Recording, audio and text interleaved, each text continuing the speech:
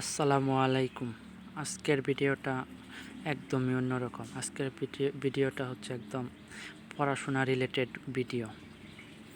আমি কেমন কইরা আমার অনার্স সেকেন্ড ইয়ারের ইংলিশ প্রস্তুতি নিছি ওইটাই আলোচনা করাম।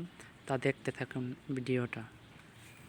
ফার্স্টেই যে খাতায় আমি বেশি প্র্যাকটিস করছি ওই খাতাটাই আমি নিলাম।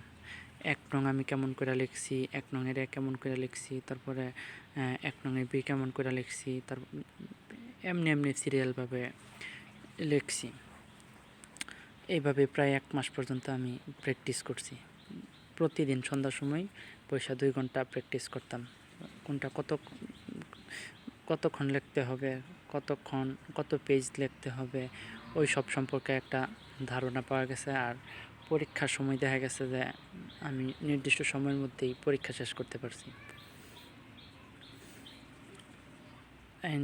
১ থেকে ১৪ নং পর্যন্ত আসে। আর প্যাসেজ, রাইটিং, গ্রামার ৩টা পার্টে এই পরীক্ষাগুলো হয়। হয়েছে অনার্স সেকেন্ড ইয়ারে।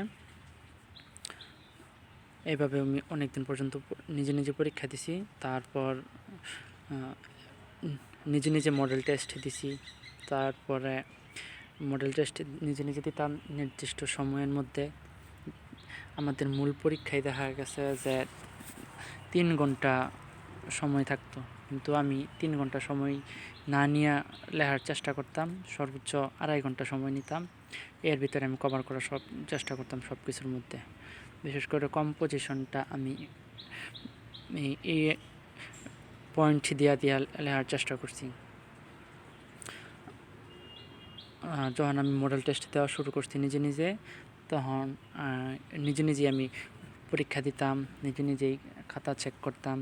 তখন নিজেই একটা আন্দাজ মতো একটা নাম্বার দিতাম।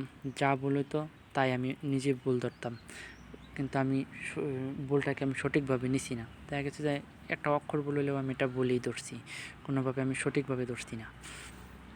আর এভাবেই আমি বাকি সব সাবজেক্টে এভাবে পড়াশোনা করছি। আর আলহামদুলিল্লাহ আমার খুব সুন্দর ভালো রেজাল্ট হয়েছে। সবার জন্য